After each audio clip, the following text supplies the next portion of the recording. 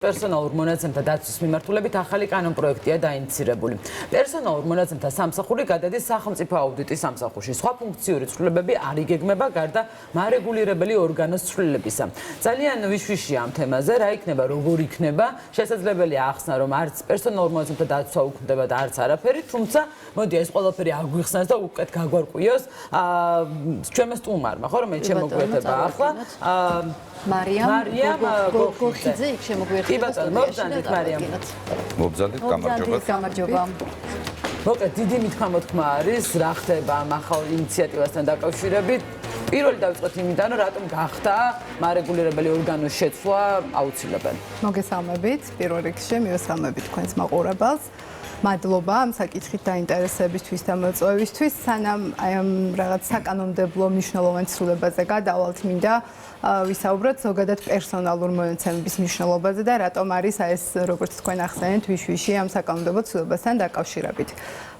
დღევანდელ სამყაროში 21 საუკუნეში ჩვენი პერსონალური მონაცემები შეიძლება ჩავთვალოთ, რომ არის ახალი ვალუტა, ესე ვთქვათ, იმიტომ რომ ის ძალიან ძვირად ფასობს ბაზარზე. ცოტა შევშვენ ამით დავიწყეთ ჩვენ დღევანდელი გადაცემა.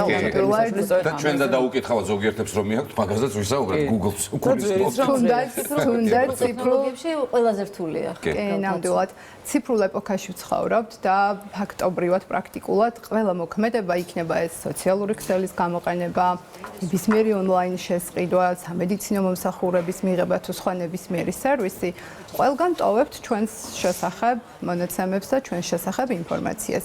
ეს ინფორმაცია იქნება ჩვენი სახელი, გვარი, ჯანმრთელობის შესახებ ინფორმაცია თუ გარკვეული ტიპის თუნდაც ფინანსური ტრანზაქციის განხორციელება, ეს არ არის უბრალოდ სადღაც პლატფორმაზე ქმედების განხორციელება, ხო? აქ ყველგან ჩვენ ტოვებთ ჩვენს ციფრულ კლასს, სწორედ ამიტომ პერსონალური მონაცემები არ არის რაღაც მხოლოდ იურიდიული ტერმინი, ხო? ეს არის ჩვენი ფუნდამენტური უფლება, რომ ვფლობდეთ კონტროლს ამ პროცესზე და შესაბამისად ეს ყველაფერი შეამცირებს მანიპულაციებს, სტიგმას, დისკრიმინაციის რისკს, რაც შემდგომ შეიძლება ამ ყველაფერმა მინიმუმ გვაქვს უფლება ზუსტად ვიცოდეთ, ვინ ფლობს და ვინ არ ფლობს ჩვენ შესახებ ინფორმაციას, ჩვენი პერსონალური ინფორმაციის შესახებ. როგორც მინიმუმ ეს მაინც უნდა ვიცოდეთ. ნამდვილად, პერსონალური მონაცემების და სწორედ ჩვენი განახლებული კანონმდებლობა, რომელიც გვაქვს 2024 წლიდან, ჩვენ მონაცემთა სუბიექტებს გვაძლევს იმის უფლებას, რომ მინიმუმის მაინც ვიცოდეთ და არა მხოლოდ ის, ჩვენ უნდა ვიცოდეთ და გვაქვს ამის უფლება და დაწესებულებებს აქვთ ამის ვალდებულება, რომ მოგვაწოდონ სრულყოფილი და ამომწურავი ინფორმაცია, რა მიზნით, რა მოცულობით ამუშავებს ჩვენ მონაცემებს და შემდგომ ჩვენ უნდა გადავწყვიტოთ, გვინდა თუ არა მათთვის ჩვენი მონაცემების გაზიარება და შემდგომ ამ პროცესში ჩართვა. ხო, დღევანდელ სამყაროში სხვადასხვა პროცესში ზოგჯერ ჩვენ ვართ ხოლმე თავად მონაცემთა დამუშავების პროცესში ჩართულები, ხოლო ამავე დღის განმავლობაში შეიძლება თავად აღმოუჩნდეთ მონაცემთა სუბიექტები, ამიტომ ცნობიერების ამაღლება ამ კუთხით ძალიან მნიშვნელოვანია. ეხლა რაც შეეხება თქვენს კითხვას, უშუალოდ ცვლილებასთან დაკავშირებით, დიახ, დაანონსდა საკანონმდებლო ინიციატივა, რომლის თანახმადაც იცვლება მარეგულირებელი ორგანო. რეალურად ეს ცვლილება ეხება მხოლოდ ამ ნაწილს, რომ თუ აქამდე არსებობდა ცალკე საზედამხედველო ორგანო, რომელიც არსებობდა პერსონალურ მონაცემთა დაცვის სამსახურის სახით, დაანონსებული ცვლილების თანახმად 2026 წლის მარტიდან ამ ფუნქციას ითავსებს სახელმწიფო აუდიტის სამსახური. თუმცა მინდა ხაზგასმით აღვნიშნო, რომ ამ ეტაპზე დაანონსებული ინიციატივის ფარგლებში იცვლება მხოლოდ მარეგულირებელი ორგანო.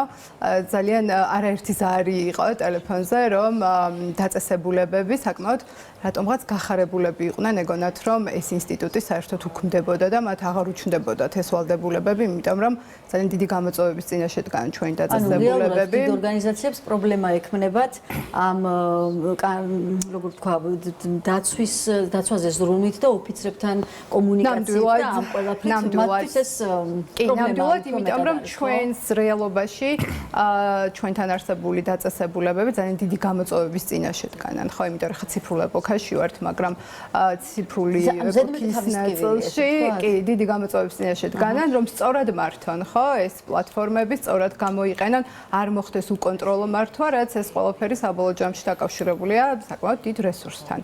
ამიტომ მქონდათ მოლოდინი, რატომღაც ეს ინიციატივა რო გაჟღერდა, რომ ეს ინსტიტუტი საერთოდ უქმდებოდა და კანონიც უქმდებოდა, თუმცა ესე არ არის, კანონი ძალაში რჩება, იცვლება მხოლოდ მარეგულირებელი ორგანო, საზედამხედველო ორგანო და 2026 წლის მარტიდან ამ ფუნქციას შეითავსებს სახელმწიფო აუდიტის სამსახური. იქ ოფიცრების სისტემა, ანუ ეს თუ რჩება ისევ და თუ რჩება რა ფუნქცია ექნება, ისევ იგივე თუ რა შეიცვალა?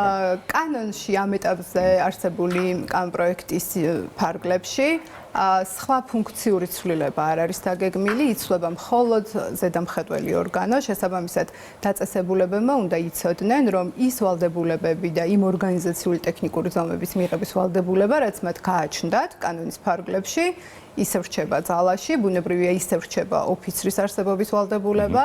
სხვა შემთხვევაში ეს ინსტიტუტი შეიძლება შესუსტდეს, იმიტომ რომ ოფიცერი არის სწორედ ის რგოლი, რომელიც ეხმარება დაწესებულებებს, რომ შექმნან სწორი სტანდარტი და რეალურად მე ვფიქრობ, რომ ის დაწესებულებები, რომლებიც ქმნიან პროცესებს მონაცემთა დაცვის მაღალ სტანდარტზე დაფუძნებით, რეალურად ქმნიან მათ ისინი რეპუტაციულ კაპიტალს ქმნიან, ხო? შემდგომში ესე ვთქვათ, ინარჩუნებენ ჩვენი მონაცემთა სუბიექტების ნდობას და საბოლოო ჯამში ისინი ამცირებენ კიბერშეტევების რისკს, რაც ძალიან გავრცელებულია ჩვენს რეალობაში. ვიშ რომ დავუსვათ რაღაცნაირად წერტილი და მეტნაკლებად მივიღეთ ინფორმაცია, მაგრამ საინტერესო ერთი რამ, მე ნუცა აი როდესაც ეს ცვლილებები უკვე ამოქმედდება, ცვლილება არა, გადავა უფრო სწორად კონტროლის მექანიზმი, სხვა უწყებაში მე რას ვიგრძნობ?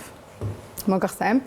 ერთი რიგით მოქალაქე. ერთი რიგითი მოქალაქე ხო? მონაცემთა სუბიექტის ნაწილში ჩვენ მონაცემთა სუბიექტების ცვლილება ერთადერთი შეიძლება მდგომარეობდეს იმაში, რომ ჩვენი უფლებების დარღვევის შემთხვევაში, ასევე ნებისმიერი ჩვენთვის საინტერესო კითხვის შემთხვევაში 2026 წლის მარტიდან პერსონალურ მონაცემთა დაცვის სამსახურის ნაცვლად შეგვიძლია მივმართოთ აუდიტის სამსახურს. მხოლოდ ეს ნაწილი არის ცვლილება, რაც შეიძლება იყოს და მოთხოვნებით ყველაფერი იგივე რჩება, გადავიდა სხვა ფუნქციურად აბსოლუტურად უცვლელი რჩება კანონი თავისი შინაარსით, მხოლოდ შეიცვალა ამ ყველაფრის საზედამხედველო ორგანო. შესაბამისად, ეს ყველაფერი პრაქტიკაში როგორ წავა და ჩვენ იმედი გვაქვს, რომ საკმაოდ მაღალი სტანდარტით გაგრძელდება ეს პროცესი, დავალოდოთ 2026 წლის მარტიდან როგორ განვითარდება მოვლენები ამ პროცესში. დიდი მადლობა.